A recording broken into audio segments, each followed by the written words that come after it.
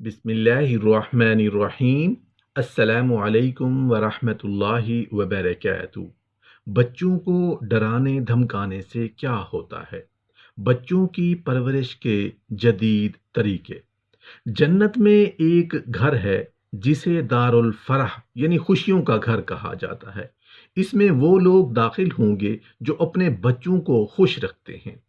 इस हदीस में रसूलुल्लाह सल्लल्लाहु अलैहि वसल्लम ने अपने बच्चों को खुश रखने पर जन्नत की बशारत सुनाई है, जिससे मालूम हुआ कि बच्चों को खुश रखना अल्लाह की रजामंदी का सबब है।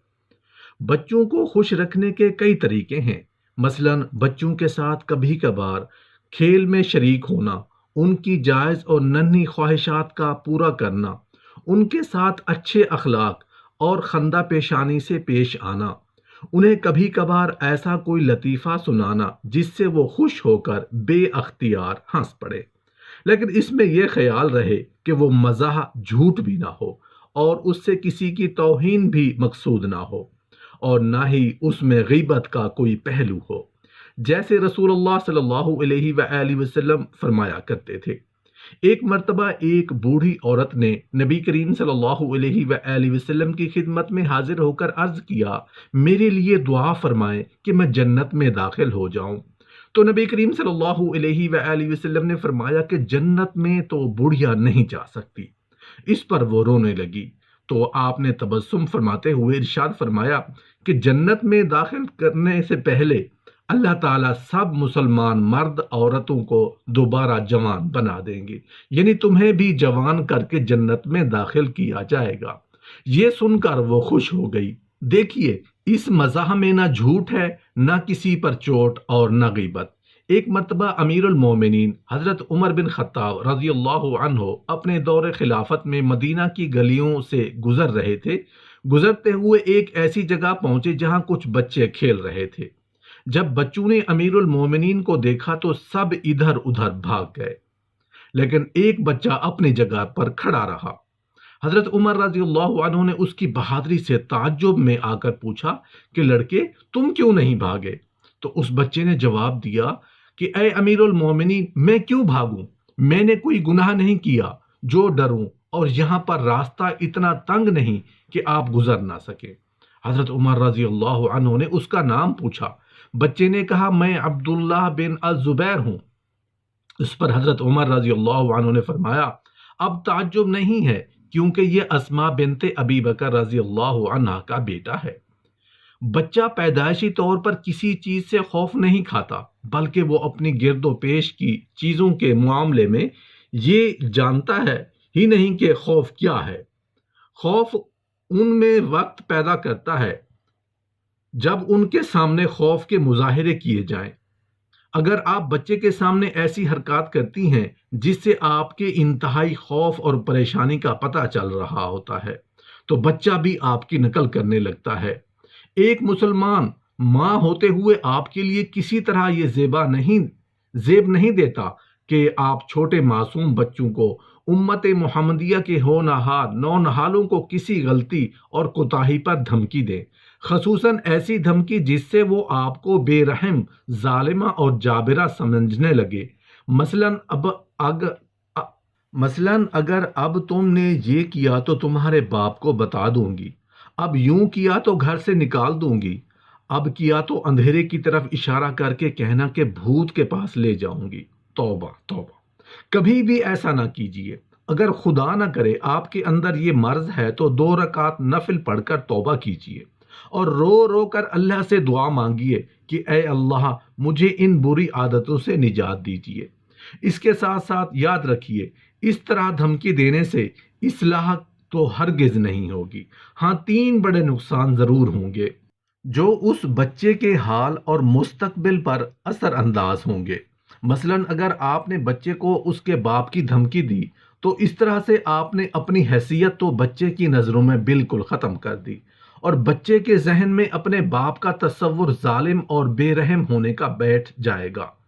अल्लाह ताला बच्चे के वालिद यानी आपके शौहर को लंबी जिंदगी अता फरमाए। अगर वो खुदा ना खास्ता अल्लाह के पास पहुंच जाए या कहीं सफर पर चले जाएं तो बच्चा आपके हाथ से निकल जाएगा, क्योंकि आपका कोई मकाम उसके जहन में है ही नहीं। لہٰذا باپ کی دھمکی دے کر اپنا مقام نہ کھوئیں۔ بچہ کو جس برائی کرنے پر تنبیہ کرنی ہو تو باپ کی دھمکی کی بجائے اس برائی کی قباحت بچہ کے دل میں بٹھانے کی کوشش کریں اور سر پر ہاتھ پھیرتے ہوئے سمجھائیں، اور ساتھ ہی اللہ تعالیٰ سے دعا بھی مانگ دیے کہ اللہ اس کے دل میں اس برائی کی مذمت ڈال دے۔ گھر سے نکال دوں گی کہ دھمکی بچے کے معصوم ذہن کو نہایت منتشر کر دیتی ہے۔ بچوں کی نفسیات کے ماہرین سے یہ معلوم ہوا کہ ایسی صورتحال میں اکثر بچے ماں باپ پر عدم اعتماد کا شکار ہو جاتے ہیں اور یوں سوچنے لگتے ہیں کہ اب میں کہاں جاؤں گا، کون مجھے اپنے گھر رکھے گا، اور وہ آسرا ڈھونڈنے لگتا ہے کہ فلاں رشتہ دار، چچا چچی یا ماما ممانی شاید مجھے اپنے گھر میں رکھ لے، اور اپنے گھر سے وحشت اس کے دل میں بیٹھ جائے گی۔ اس کے علاوہ ایک انتقامی جذبہ بھی اس کے دل میں ابھرے گا، لیکن اس کا نشانہ آپ نہیں بنیں گی، اس کی اپنی اولاد یعنی آپ کے پوتے پوتیاں بنیں گے۔ اس لیے مدرسوں اور اسکولوں میں بچوں کی تدریس اور تربیت اور نگرانی کے دوران ہمارے سامنے یہ بات آئی، اور بعض بچوں کی زبانی یہ معلوم ہوا، انہوں نے یہ دھمکی بار بار سن کر یہ فیصلہ کر لیا تھا کہ ہم بھی بڑے ہو کر اپنے بچوں کے ساتھ ایسا ہی سلوک کریں گے جیسا ہمارے ماں باپ ہمارے ساتھ کرتے ہیں۔ لہٰذا ایسے بچے بڑے ہو کر اپنے شاگردوں، اپنے بچوں، اپنے ماتحت ملازموں وغیرہ کے ساتھ ایسا ہی سلوک کرتے ہیں۔ یاد رکھیے، ماں ہونے کے ناطے آپ کی بہت بڑی ذمہ داری ہے۔ اگر آپ نے اس کو صحیح نہ نبھایا تو اس کا نقصان نہ صرف آپ کو اٹھانا پڑے گا، بلکہ اس کی زد میں امت محمدیہ صلی اللہ علیہ وآلہ وسلم کے کئی افراد آئیں گے۔ اسی طرح کتنے بھکاری بھوت اندھیرے میں لے جانے کی دھمکی دینے سے آپ نے تو اپنے معصوم بچے پر بہت زیادہ ظلم کر دیا، کیونکہ اس طرح سے ان چیزوں کا خوف بچے کے دل میں جڑ پکڑے گا اور وہ نہایت ڈرپوک اور بزدل بن جائے گا۔ بڑا ہو کر بھی توہمات کا شکار رہے گا، اور اسی قسم کے لوگ شگون اور بدشگونی کے فضول چکروں میں پڑ کر الٹی چپل اور کالی بلی کا اور وغیرہ سے ڈرنے لگتے ہیں۔ اس قسم کی دھمکی دینے والی ماؤں کی وجہ سے امت مسلمہ ایک بہادر نڈر اور سوائے اللہ کے کسی سے نہ ڈرنے والے فرد سے محروم ہو جاتی ہے۔ ہم سب جانتے ہیں کہ کسی دور میں غیر مسلم مسلمان کے سائے سے بھی ڈرتے تھے، اور کم قسمتی سے اب مسلمان، اس میں سارے مسلمان شامل نہیں، اللہ کے سوا سب سے ڈرتا ہے۔ یہی وجہ ہے کہ امت مسلمہ آج مغلوب ہے اور کفار غالب۔ اس کی ذمہ داریاں ماں پر آتی ہیں، جو بچپن ہی سے بچے کو اللہ کی نافرمانی پر آنے والے عذاب سے تو نہیں ڈراتی، اور غیر اللہ یعنی اللہ کے علاوہ ساری مخلوق سے ڈراتی ہے۔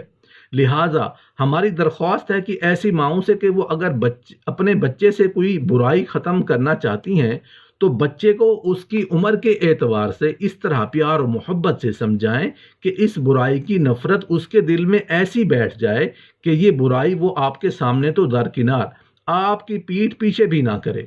سمجھانے کے ساتھ ساتھ اس کے لیے دعا بھی مانگیے، اور دھمکی دینے اور بزدل بنانے والی نہ بنیے۔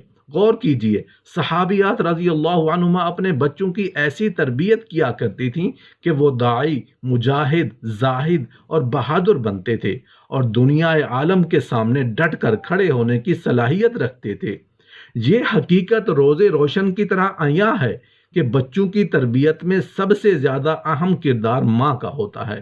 اگر مائیں یہ پکا عزم کر کے ٹھان لیں کہ ہماری اولادیں بڑی ہو کر سارے عالم میں مٹتے ہوئے دین اسلام کو دوبارہ زندہ کرنے کی خوب محنت کریں، تو انشاءاللہ تعالی اللہ اپنے فضل و کرم سے اس ارادہ کو وجود دیں گے، اور جس چیز کو اللہ تعالیٰ وجود دینا چاہیں اسے کوئی روک نہیں سکتا، اور جسے وہ ختم کرنا چاہیں اسے کوئی باقی نہیں رکھ سکتا۔